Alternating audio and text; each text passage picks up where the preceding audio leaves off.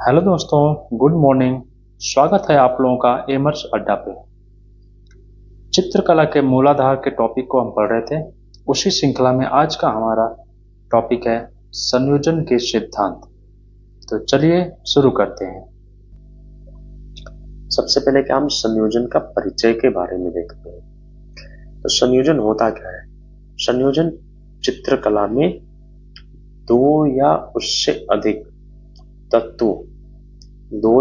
अधिक तत्वों का सुंदर और मनोहरी योजना को ही संयोजन कहते हैं। क्या है?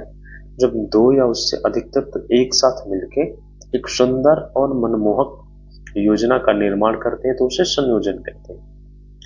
इसमें किसी एक तत्व की प्रधानता होती है। कोई भी एक तत्व प्रधान हो सकता है, जिसे हम सेंटर ऑफ अट्रैक्शन मानते हैं। यानी वो क्या है? सेंटर ऑफ अट्रैक्शन यानी प्रभाव का केंद्र।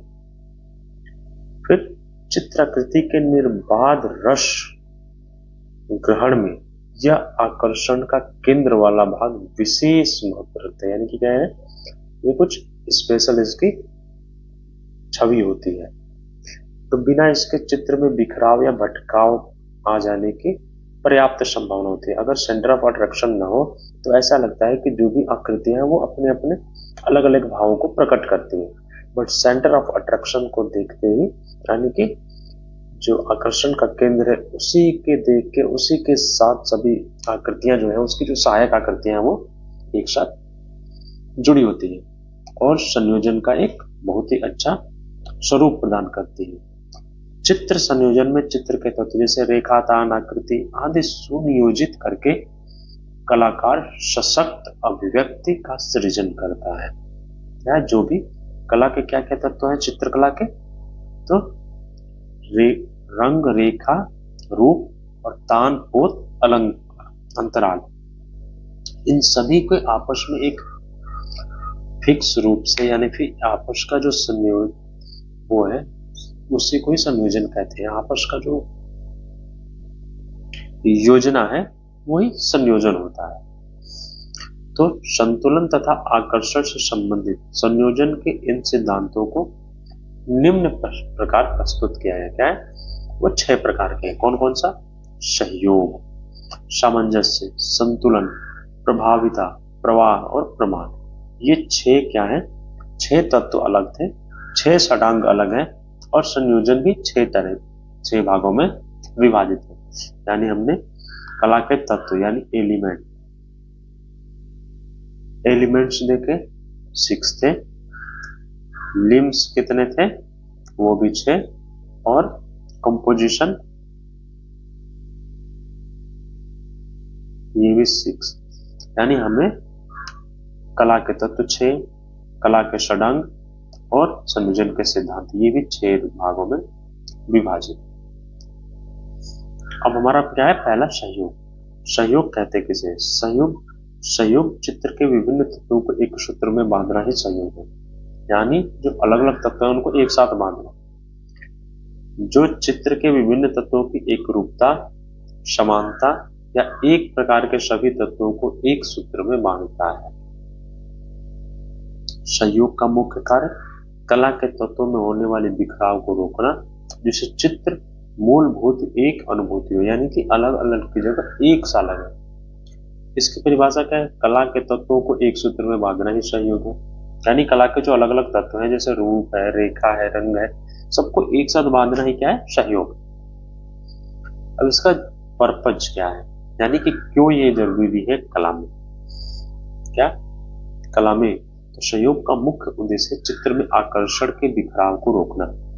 जो आकर्षण का बिखराव यानी कि सेंटर ऑफ अट्रैक्शन है जो कई जगह ना हो, क्या हो? एक जगह पे केंद्रित हो। यानी कि जो मुख्य रूप से जो मुख्य चित्र हो उस पर केंद्रित हो। दूसरे शब्दों में हम कहें कि चित्र के सभी तत्वों को एक योजना में बांधना। चाहे चित्र यथार्थ हो यानी कि यथार्थ चित्रण हो, कल्पना हो,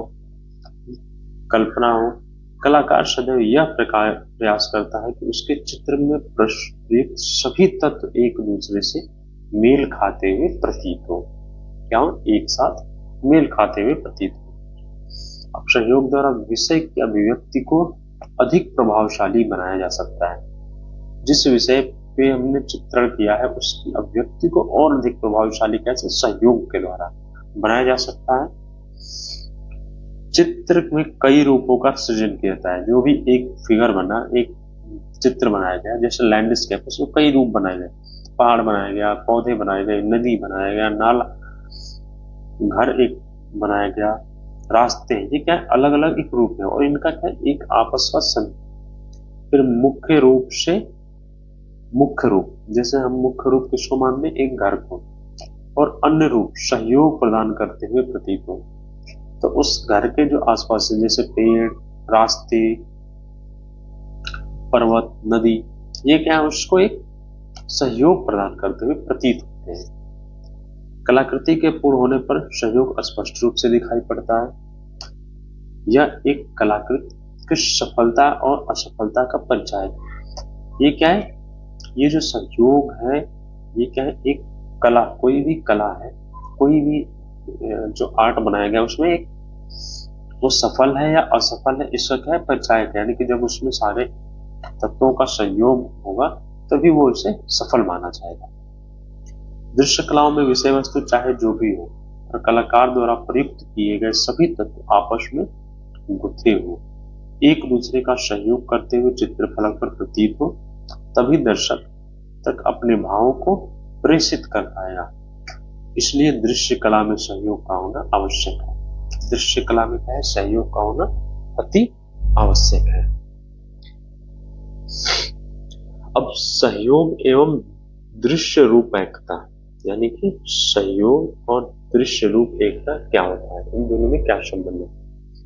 तो चित्र में दृश्य रूप एक से तात्पर्य है कि वह चित्र दृश्य तत्व वर्ण रेखा आदि मिलकर ऐसा रूप प्रस्तुत करे कि वह हमारी दृष्टि को आकर्षक लगे। क्या लगे, दृष्टि को आकर्षक। इसमें क्या है, वर्ण रेखा, रंग और रेखा की प्रधानता है।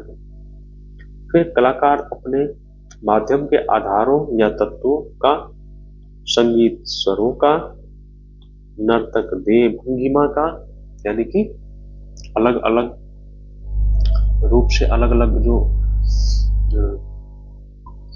अंगों द्वारा भावों को प्रदर्शन किया जाता है, उसका मूर्तिकार प्रस्तर यानी पत्थर के परिमाण का प्रस्तुतकरण इस प्रकार करता है कि उसमें एक भाव उत्पन्न हो। क्या हो, एक भाव उत्पन्न हो, और जहां तक एक के प्रभाव को प्रस्तुत कर सकता है वहीं तक वह सफल है। यानी कि एक भाव को उसने प्रस्तुत कर दिया तो वह सफल कलाकार के रूप में जाना जाएगा। अब आभासी एवं अनुभूति जन्य रूप। आभासी यानी कि जो केवल दिखे, रहता नहीं है, लेकिन उसमें क्या हो, ऐसा महसूस होता है कि यहाँ पे कुछ है। जैसे दृष्टिगत व्यंजना वहां गौण हो जाती है जहां जानते बूझते हुए भी परिचित रूप के विस्तार को महत्व देने को सृजन समझा जाए। अतः ऐसे रूपों की रचना करना श्रेष्ठकर है जिसके प्रभाव से वस्तु आकृति में मानसिक अनुभूति ही प्रमुख रह सके। क्या है, प्रमुख रह सके।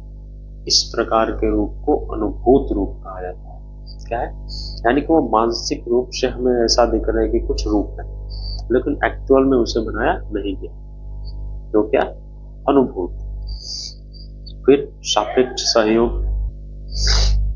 सापेक्ष सहयोग एवं अनेक रूपता में एकता। ठीक है, अनेक रूपता में यानी अनेक अनेक रूप हो, उसमें क्या हो, एकता हो। सापेक्ष यानी किसी एक रूप के सापेक्ष में सहयोग। तो आकृति या आकार की एक विशेषता होते हुए भी सहयोग सदैव अपेक्षित है, यह निरपेक्षित नहीं है। क्या है, अपेक्षित है। आकार के विभिन्न भाग होते हैं, कोई भी एक आकार बना उसके विभिन्न, उन समस्त भागों का आपसी संबंध ही पूर्ण रूपता का मूल। यानी कि एक मनुष्य की आकृति बनाई गई, उसमें उसके आंख, कान, नाक के अलग अलग अंगों को उसकी आकृति के सापेक्ष में जैसा बनाएंगे तो इसका क्या हुआ, पूर्ण रूपता को प्राप्त होता है। यदि आकृति का आकार के सभी तत्व एक से हैं, क्या है, सभी तत्व एक से हैं, तो वह एक रस्ता उत्पन्न करता है। क्या करता है, एक रास्ता। परंतु इस आकृति में कुछ भिन्नता रहे तो ये आकर्षक लगेंगे। क्या आकर्षक लगेंगे। भारतीय वाङ्मय में वर्णित षडंग का रूपभेद यही है। रूपभेद क्या है? यही है। जो षडंग है, जो भारतीय चित्रकला में जो षडंग का आता है वो क्या है? रूपभेद। यही दर्शाता है कि रूपों में भेद होना चाहिए, एक सा नहीं। जैसे जिसका रूप बालक का बनाना है, मनुष्य का, वामन का, जिसका बनाना हो उसके हिसाब से अलग अलग परिमाण होते हैं और इससे ही अनेक रूपता में सहयोग करते हैं, यानी अलग अलग रूपों में सहयोग होता है। अगला हमारा है सहयोग का विरोध संबंध। क्या? सहयोग का विरोध संबंध। और चित्रकला में सहयोग सृजन हेतु विरोध का बहुत महत्वपूर्ण है। विरोधाभास का भी बहुत महत्वपूर्ण है। हालांकि दोनों विपरीत अर्थ हैं, पर एक समान आकारों की रचना होती है तो उस संबंध को सहयोग कहते हैं, और विभिन्न आकारों के संबंध की बात करें तो उसे विरोध कहते हैं। यानी एक ही से संबंध बनेगा तो वो क्या कहलाएगा? सहयोग। और विभिन्न हो तो विरोध, अलग अलग रूपों को बनाए तो वो विरोधी रूप के रूप में आ जाए। सहयोग और सामंजस्य क्या होता है? सहयोग और सामंजस्य दोनों ही चित्रकला सृजन हेतु आवश्यक है, परंतु इसमें अंतर है। दोनों में क्या है? सामंजस्य अलग चीज है और सहयोग अलग है कला में। सहयोग का संबंध जहां तक अंतराल निरूपण और विषय वस्तु है, वही सामंजस्य का वर्ण और तान से है। क्या है? रंग और उसके टोन से तथा रूप से और उसके रूप से। सहयोग का मुख्य उद्देश्य चित्र को एक से अधिक भागों में बांटने से बचाना है ताकि उसकी एक रूपता बरकरार रहे। सहयोग का मुख्य उद्देश्य क्या है? चित्र को एक से अधिक भागों में बांटने से बचाने के लिए।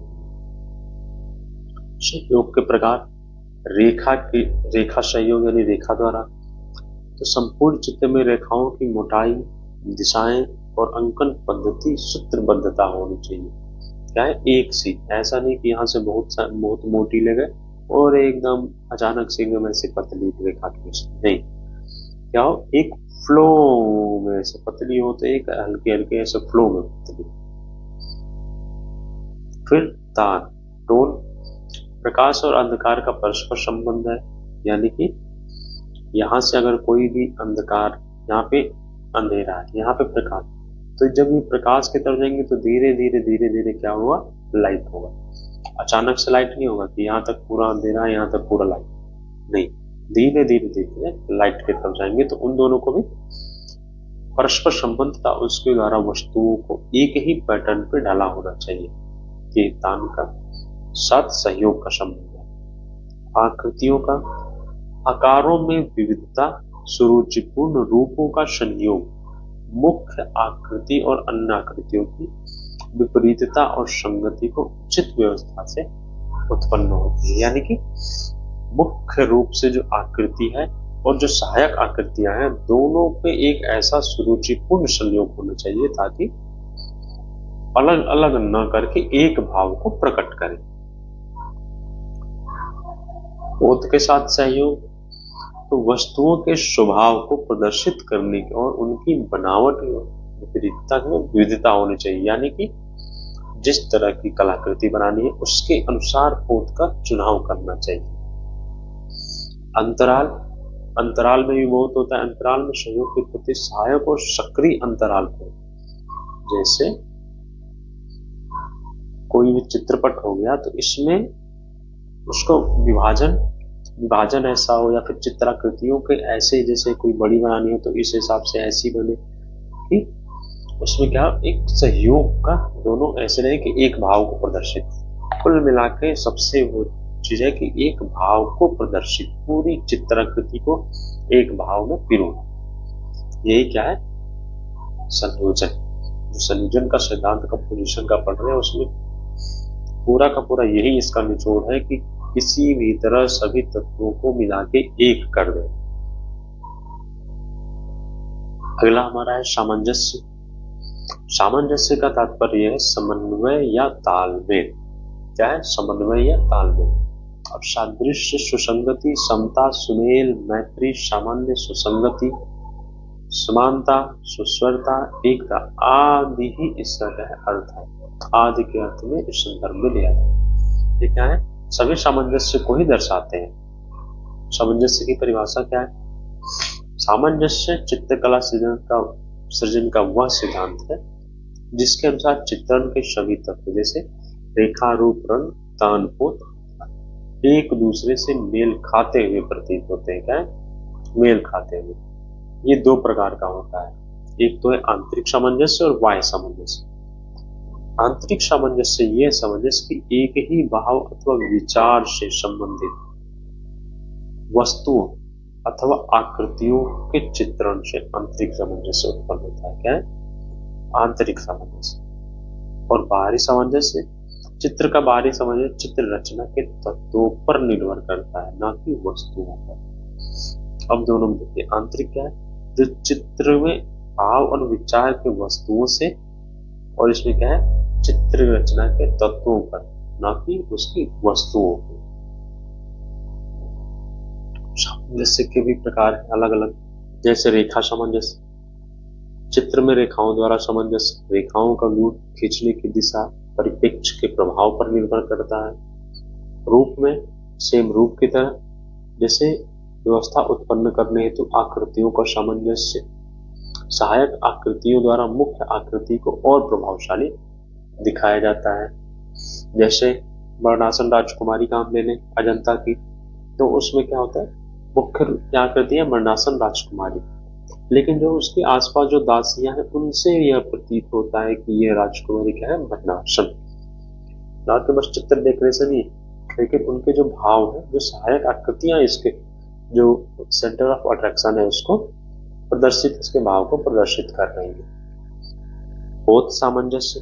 अब पोत सामंजस्य आवश्यक है, केवल उन्हीं पोतों का प्रयोग किया जाए जो अंकन दूसरे से मेल खा सके, जिसपे क्या है, अंकन दूसरे से मेल खा सके, यानी कि जो जिस सब्जेक्ट को हमें बनाना है उसी के अनुसार पोत की चुनाव करनी चाहिए। वर्ण एवं तान, कलर एंड टोन, एक समान छाया प्रकाश या गर्मी या क्या है, रंगशीलता आदि के विचारों से चित्र में रंगों का इस्तेमाल सामंजस्य पैदा करता है। यह तानों का सही वितरण पर निर्भर करता है। यदि चित्र में प्रयुक्त सभी रंग प्रकाश अथवा उष्णता के विचार से बहुत कम अंतर वाले हों तो चित्र में सुंदर सामंजस्य, यानी कि जैसे जो रंग का जो प्रकाश और उष्णता यानी गर्म के हिसाब से अगर एक ही टोन में अगर उनको किया जाए तो बहुत ही सुंदर सामंजस्य उत्पन्न करेगा। अनुपात द्वारा सामंजस्य, यदि किसी चित्र में कुछ आकृतियां बहुत बड़ी और शेष आकृतियां बहुत छोटी हो तो सामंजस्य उत्पन्न नहीं, यानी एक फिक्स हो। जैसे बहुत भीड़ भाड़ वाला कोई चित्र बनाना, तो जो आगे की आकृतियां होंगी बड़ी होंगी, फिर जैसे जैसे पीछे की तरफ जाएंगे वैसे वैसे आकृतियां क्या होंगी, छोटी होती है। लेकिन एक क्या है, फिक्स अनुपात है। ऐसा नहीं कि ये आकृति बड़ी हो गई और यहाँ से अचानक से ऐसे छोटी, तो इनका क्या अनुपात अलग अलग। तो ऐसा नहीं, एक फिक्स अनुपात में ऐसे छोटी होती जाएंगी, तो वो क्या है, ये क्या होगा, अनुपात सामंजस्य। अगला है हमारा संतुलन। तो संतुलन की परिभाषा, संतुलन कला सृजन का वह सिद्धांत है जिसके अनुसार चित्रकला के समस्त तत्व इस प्रकार व्यवस्थित हो कि उनका भार समस्त तल पर समुचित रूप से वितरित हो। क्या हो, यानी कि जो वेट है जो कला में वो इक्वल डिस्ट्रीब्यूट हो, भार को अनुचित रूप से केंद्रीकृत होने से तथा चित्र को असंतुलित होने से बचाना, इसका क्या है, जैसे कोई भी आकृति हो, कोई आकृति बनी तो ऐसा नहीं कि यहाँ पे बहुत ज्यादा बना दी और यहाँ पे बहुत कम, तो ये क्या हुआ कि इक्वल डिस्ट्रीब्यूशन नहीं हुआ। इसमें क्या है, इक्वल वेट का इक्वल डिस्ट्रीब्यूशन नहीं हुआ, यानी जिस तरह से इधर भरा गया है लगभग उसी के अनुपात में ही भरा जाना चाहिए। तब ये क्या हुआ कि पूरे चित्रपट का इक्वल डिस्ट्रीब्यूशन हुआ, यानी कि संतुलित चित्र बना है। फिर संतुलन चित्र संयोजन का वह नियम है जिसके आधार पर चित्रभूमि के समस्त समान एवं विरोधी प्रभावों को व्यवस्थित किया जाता है। क्या है? समान और विरोधी प्रभावों को व्यवस्थित किया जाता है, जिससे चित्र में स्थिरता आती है और गति को रोका जाता है। इसका उद्देश्य क्या है? गतिशीलता को चित्र तल के दायरे में ही सीमित रखना, यानी कि जो चित्र की गतिशीलता है उसको चित्र के तल तक ही सीमित रखना तथा संयोजन को स्थिरता प्रदान करना। अब इसमें क्या है? इसके संतुलन, जैसे समसंतुलन, विषम और आलम्ब, तीन प्रकार के संतुलन थे। समसंतुलन में क्या होता है? समान भार के चित्र के मध्य से एक समान दूर रहने पर संतुलित होते हैं। जैसे अगर हमने ये ले लिया तो यहाँ पे जैसा बनाया, अगर हम तूला मान ले तो दूसरे साइड भी उतना ही वेट देना, ये क्या है? समसंतुलन। जैसे संतुलन, इस प्रकार आकृतियों में स्थिरता, दृढ़ता अन्यथा निश्चयात्मकता होती है, यानी कि ये क्या है? एकदम पूरी बैलेंस होगी, स्थिर होंगी आकृतियां। विषम भार में, विषम भार के चित्रों को देखा जाए तो जैसे इधर बड़ा चित्र बन गया तो ये क्या होगा? यहाँ पे इसका सेंटर ऑफ अट्रैक्शन नजदीक होगा। यहाँ पे अगर छोटा बनाते हैं तो ये सेंटर ऑफ अट्रैक्शन यानी सेंटर ऑफ जो है इससे दूर होगा, दूसरा एक नजदीक, यानी इसमें क्या? चित्र के मध्य से असमान दूरी रहने पर संतुलित होते हैं। ये क्या है? जो मध्य है इससे असमान, यहाँ पे कम दूरी है, यहाँ पे ज्यादा दूरी। इसमें क्या था? दोनों इक्वल डिस्टेंस में। अत्यधिक भार केंद्र के समीप, अत्यधिक भार क्या है? केंद्र के समीप है, और कम भार केंद्र जो छोटा है, जो कम भार का है वो केंद्र से दूर रहना चाहिए। एक आलम्ब सिद्धांत, आलम्ब के सिद्धांत में इसमें औपचारिक संतुलन, अनौपचारिक और परिप्रेक्षी संतुलन, तीन तरह के आलम्ब के सिद्धांत। ये जो आलम्ब के सिद्धांत है उसमें तीन तरह का होता है। फिर आता है प्रभाविता। हमारा क्या है? प्रभाविता। प्रभाविता की परिभाषा है चित्रकला में प्रभाविता का तात्पर्य उस सिद्धांत से जिसके द्वारा हमारी नजरें चित्र संयोजन के सबसे अधिक महत्वपूर्ण तत्व पर सबसे पहले पड़ती है। यानी कि किसी चित्र को फर्स्ट एक बार देखने पे, पहली बार देखने पे जो सेंटर ऑफ अट्रैक्शन आ जाए वो क्या है? प्रभाविता। यानी कि तुरंत सेंटर ऑफ अट्रैक्शन जो चित्र में बना उसको देख ले दर्शक, या तो उसे देख ले, इसके बाद वो क्रम बाकी सारे चित्रों को उसी के सापेक्ष में देखे और उसे रिलेट करे। फिर क्रमानुसार चित्रित अन्य आकृतियों पर सबसे पहले सेंटर ऑफ अट्रैक्शन, इसके बाद अन्य आकृतियों पर। जब भी किसी चित्र रचना में दृष्टि प्रभाव को महत्व दिया जाता है तो प्रभाविता के सिद्धांत का पालन, यानी कि दृष्टि यानी देखने से ही उसमें भाव हमें उत्पन्न, यानी वो प्रभावित कर ले। प्रभाविता के तत्व, इसके दो तत्व हैं। पहला है विषय वस्तु के अनुरूप, यानी विषय वस्तु के अनुरूप चित्रण, और साधारणीकरण। क्या है दूसरा? साधारणीकरण। अब इसके साधन क्या क्या है? किस साधनों का प्रयोग करके हम इसे अपने चित्रों में ला सकते हैं? पहला क्या है? केंद्र के निकट आकर्षण केंद्र बिंदु की स्थापना। चित्रपट का जो केंद्र है यहाँ पे आकर्षण बिंदु यानी सेंटर ऑफ अट्रैक्शन को भी इसी बेस किया जाए। मुख्य आकृति में रेखा, वर्ण और आकार, रेखा, वर्ण और आकार की दृष्टि से अधिक भार का समूह। यानी अगर मुख्य आकृति कोई बनी है इसमें तो इसमें क्या है? इसकी रेखाएं मधुर हो, इसमें रंगों का चुनाव अच्छे से हो और इसका आकार एक अच्छे अनुपात से बना हो, तो क्या होगा? उसमें अधिक भार का समावेश हुआ।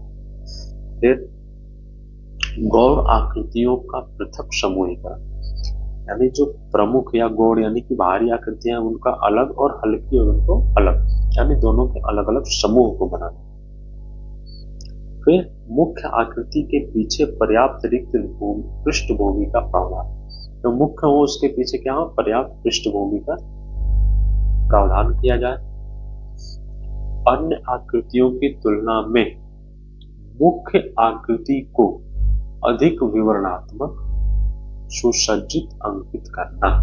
क्या हो? सुसंकित अजित यानी मुख्य आकृति को ज्यादा ध्यान देना। किंतु अत्यधिक अलंकरण कभी कभी आकृति को अधिक बोझिल कर देता है, यानी इतना भी अलंकरण न कर दिया जाए कि बाकी जो आकृतियां उसके साथ मेल न खाए।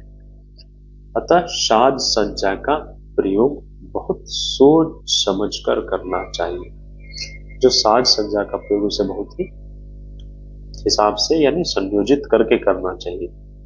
फिर मुख्य आकृतियों का अन्य आकृतियों में से दिशा विरोध एवं वर्ण विरोध आदि प्रदर्शित, यानी हम मुख्य आकृति को अन्य आकृतियों से अलग कैसे करेंगे, उसमें वर्ण विरोध या रेखा विरोध कुछ न कुछ हमें एक अलग सा उसको दिखाना पड़ेगा, ताकि ये पता चले कि ये क्या है, मुख्य आकृति, और इसके बाकी सारे क्या है, अलग अलग छोटी छोटी जो आकृतियां हो या फिर उसके सहायक आकृति। अगला हमारा केंद्रीय संयोजन। मुख्य आकृति को केंद्र मानकर अन्य आकृतियों का चारों ओर चापाकार, वृत्ताकार, त्रिभुजाकार अथवा बहुभुजात्मक संयोजन, यानी एक फिक्स वे में। अगर हमारा सेंटर ऑफ अट्रैक्शन ये है तो त्रिभुजाकार, यानी कि एक फिक्स वे में, ऐसा नहीं कि एक साइड कर दिया, ये चारों तरफ कोई न कोई एक ज्यामिति, कोई भी आकार हम खींच लें, उस फिक्स वे में रहना चाहिए, उसी के अनुसार।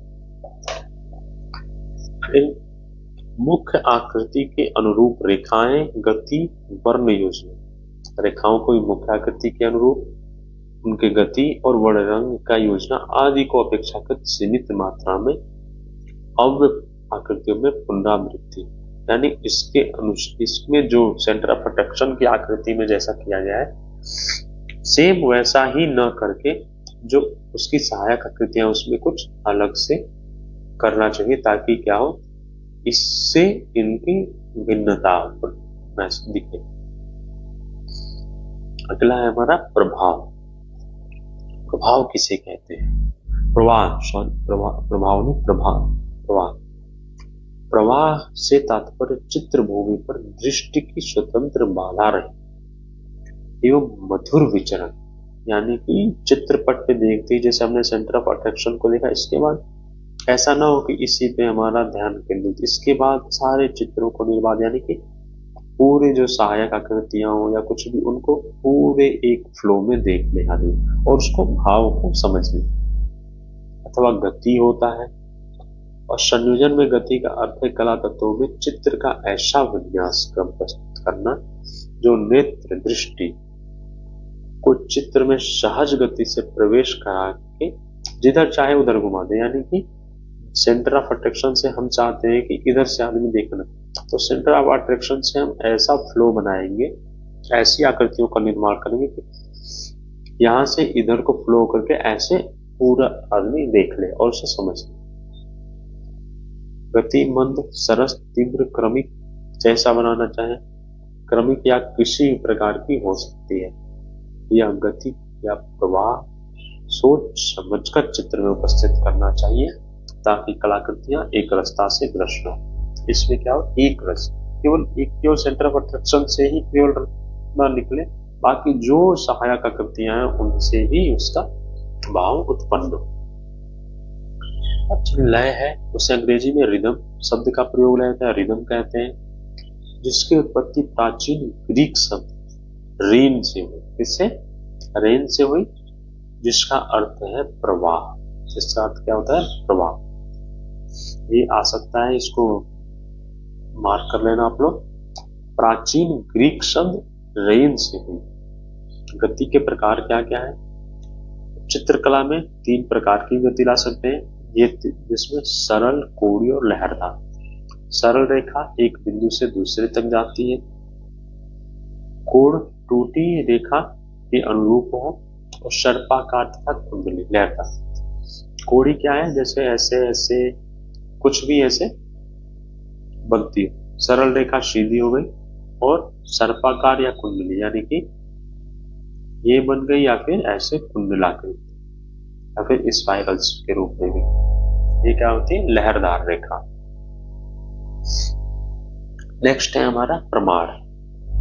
अब प्रमाण क्या होता है? प्रमाण को संबंधता का सिद्धांत भी कहा जाता है संबंधता का या आकृतियों के अपने परिमाण जैसे लंबाई चौड़ाई के संबंध तथा सभी आकृति एक दूसरे के संबंध और सभी आकृतियों दान वर्ण इत्यादि चित्रों का संबंध निश्चित करता है। क्या करता है? प्रमाण। अब मानव आकृति में प्रमाण कैसे हम दिखाते हैं? तो मानव देह को व्यक्ति विशेष के देह के रूप में न लेकर साधारण आकार या आकृति के रूप में देखे तो ज्ञात होगा कि मानव देह के विभिन्न अंग में एक विशेष अनुपातिक संबंध है। एक अनुपातिक संबंध है, यानी कि सर अलग, बाएं, पैर, धड़, सबका क्या एक फिक्स अनुपात है। मानव देह विभिन्न अंगों में एक विशेष अनुपातिक संबंध है।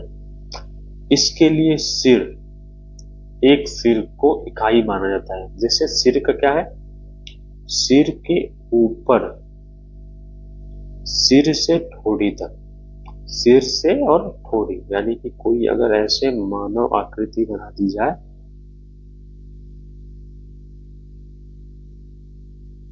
ये ठोड़ी हो गई और ये सिर हो गया, तो ये सिर से लेकर ये ठोड़ी, ये इसके बीच की जो भी दूरी आएगी उसे क्या एक सिर माना गया, यानी को प्रमाण की इकाई, इसे इकाई माना गया।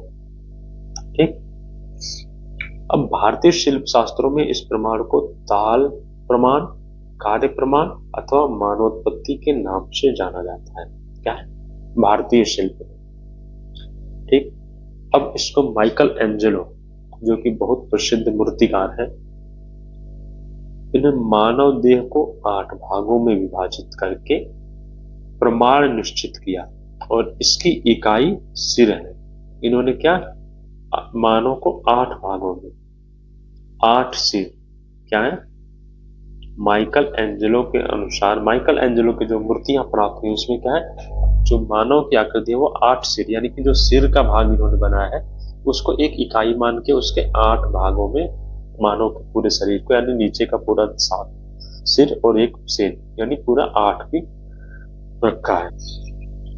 जैसे अगर कोई मानव की ये जो आकृति उन्होंने जो शिल्प बनाए हैं, तो ये जितनी है, इसको अगर एक माने तो ऐसे इधर नीचे और 7 भाग आएंगे, यानी कि यहां तक 7 और एक ये 8, तो पूरी जो है वो 8 सिर के बराबर मानी। किसने? माइकल एंजेलो ने उसे मान के बनाया है। फिर जो ग्रीक मूर्तियां हैं, ग्रीक मूर्तियों के अध्ययन से के पश्चात प्रमाण निश्चित होते हैं। इनमें सैमसन की पुस्तक एलिमेंट्स ऑफ क्रिटिसिज्म, सैमसन नामक एक लेखक है, उन्होंने एक पुस्तक लिखी एलिमेंट ऑफ क्रिटिसिज्म। इस प्रकार बताया कि संपूर्ण मूर्ति को 8 सिर या 10 मुख के प्रमाण। अब आता है 10 मुख। मुख को कैसे मापते हैं?